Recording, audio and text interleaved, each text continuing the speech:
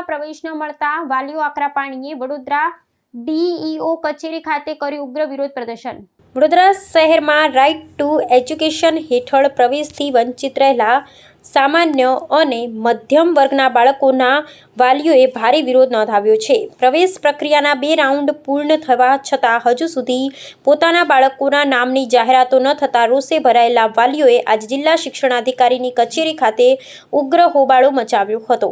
પોતાના બાળકોના ઉજ્જવળ ભવિષ્યની આશા સાથે આરટીઈ અંતર્ગત અરજી કરનારા વાલીઓનું કહેવું છે, જો ખરેખર જરૂરિયાતોને જ આ યોજનાનો લાભ ન મળે તો સમગ્ર પ્રક્રિયાનો અર્થ શું છે। વિરોધ પ્રદર્શન દરમિયાન એક વાલીએ પોતાની વ્યથા ઠાલવતા જણાવ્યું હતું કે તેઓ ઓટો રિક્ષા ચલાવી 9 સભ્યોના પરિવારનું ગુજરાન ચલાવે છે। આવા આર્થિક રીતે નબળા પરિવારના બાળકો માટે જ આરટીઈનો કાયદો અમલમાં મુકાયો છે। તેમ છતાં વાસ્તવિકતા એ છે કે આર્થિક રીતે સુખી અને સંપન્ન પરિવારો ખોટી રીતે આ યોજનાનો લાભ ઉઠાવી રહ્યા છે। આ સમગ્ર ઘટના આરટીઈની અમલવારી અને પારદર્શિતા સામે ગંભીર સવાલો ઊભા કરે છે।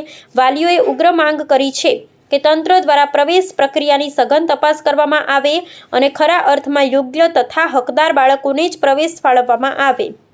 ગરીબ પરિવારોના બાળકોના શિક્ષણના અધિકારીને સુરક્ષિત રાખવા માટે વહીવટી તંત્ર દ્વારા તાત્કાલિક ધોરણે પારદર્શક પગલાં લેવામાં આવે તેવી પ્રબળ માંગ ઉઠી છે। હવે શિક્ષણ વિભાગ આ આક્ષેપો મામલે શું સ્પષ્ટતા કરે છે તે જોવું રહ્યું।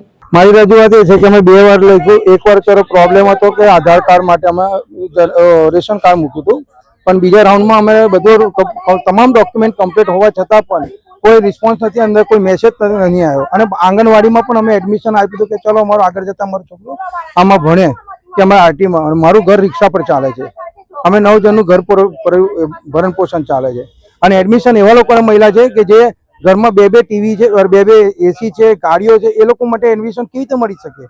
જરૂરિયાતમંદ માટે આરટી રાખી છે કે આ લોકો માટે રાખ્યું છે? એ યોગ્ય તપાસ સરકારે એમના પર કરવી જોઈએ। બિલકુલ આરટીમાં જો એડમિશન નહીં મળે તો તકલીફ કેટલી છે?